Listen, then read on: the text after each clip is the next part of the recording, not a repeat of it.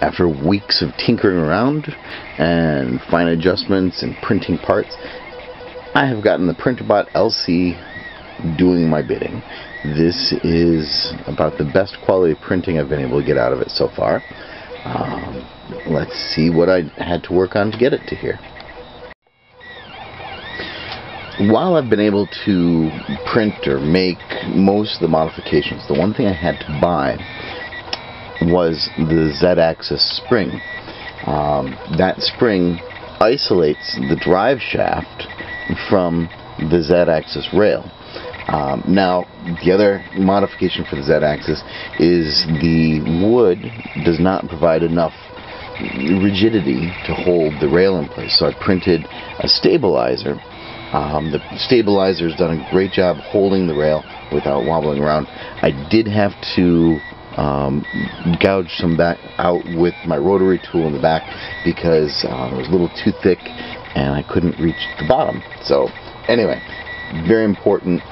Zaxis must be rock solid and isolated. I've seen some other clever solutions that isolate the drive shaft from the Xaxis rail, but the spring was easy, and at $20, pretty much a bargain.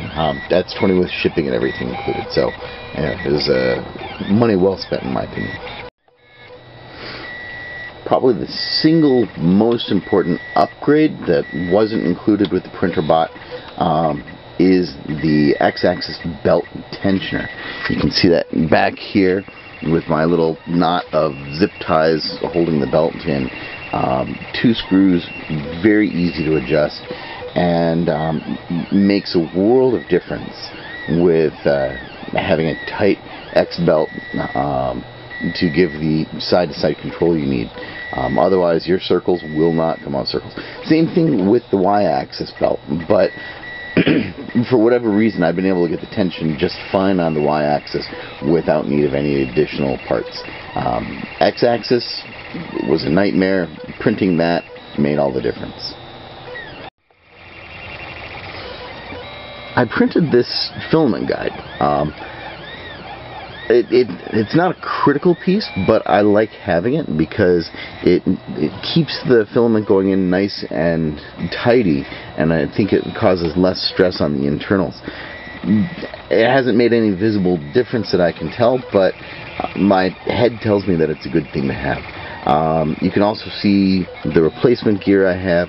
The original right here was broken when I was trying to tighten the nylock nut that holds. There's a bolt here, that's the knurled bolt that drives the filament.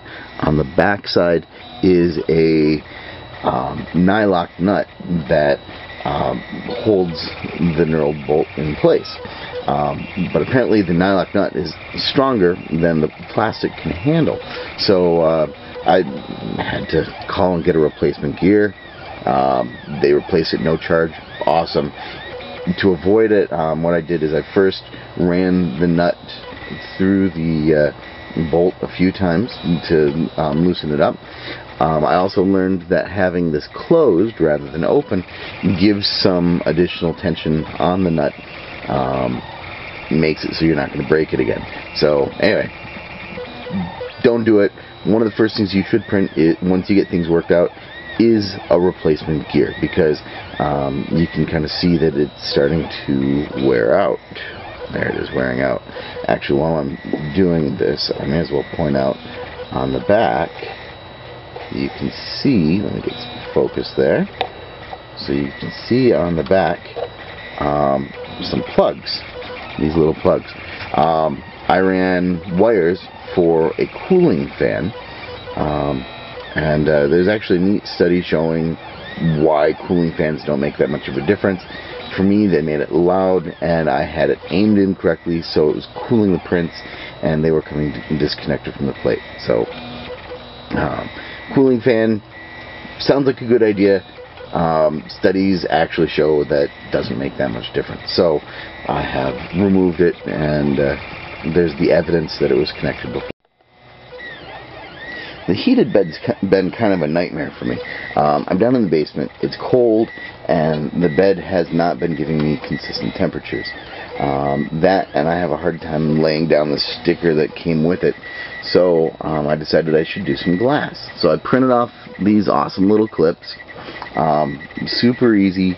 I put 2 clips in the front, and then there's 1 screwed in the back. I'll show you later, maybe, probably not. But anyway, the glass, I was reading about people going to the store and buying it, but then I was like, you know what, I've got a ton of old photo frames, I have a rotary tool, and I have a diamond bit, so you can actually kind of see where I trimmed it down to fit on the side, and this is just photo frame glass.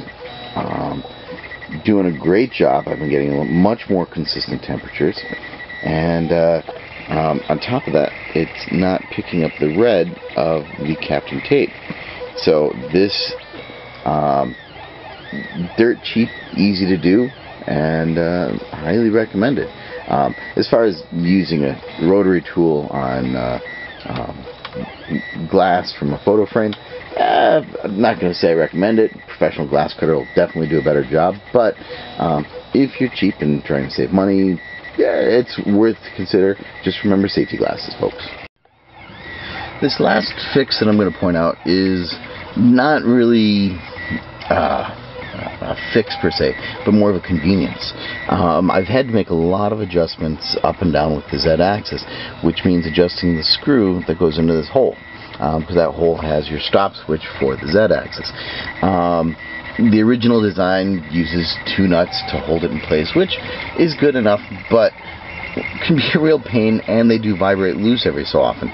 So this little printed box is actually holding a nylock nut, which is doing a fantastic job, so I can just reach in and make an adjustment to the screw. Really simple, easy, slides on. I had to drill it out a little bit because, you know, it's just not perfect, but as far as what it was, easy fix, makes life a lot easier. Oh, I've got one more thing to show. Okay, so as I mentioned earlier, here is the clip at the back. I took the original design, clipped off the edge clamp. It's just held in place with a single screw. Everything's nice and flat there. I'm not too concerned about it. The screw underneath isn't interfering with anything. But what I really had to show is cable management. You can probably notice I like these nice tidy wraps that hold the cables together. Makes it really easy to manage all of them at once. But there's a switch here for the X-axis to stop in. This X-axis stop is important, otherwise it doesn't know when to stop when it goes back, and actually if the switch disconnects, it just doesn't work. So anyway, you need the X-axis stop in the back. I had originally run this cable into the bundle coming off the print head. Not a good idea, because it flexes back and forth, and ended up breaking off the switches, breaking off the wires. I had to solder it all back together, and then I was like, oh, why did it break? I'm like, you know what? It broke because it was moving. It's supposed to be non-moving. So when you're doing your cable management, run the X-axis stop in with the motor, and then you've got a separate cable here, nice and tidy. I'm very happy, and no more broken bits. So no broken bits is important. Hope you've enjoyed the tour of the Printrbot LC as I've made it. I will include links to some of the things I've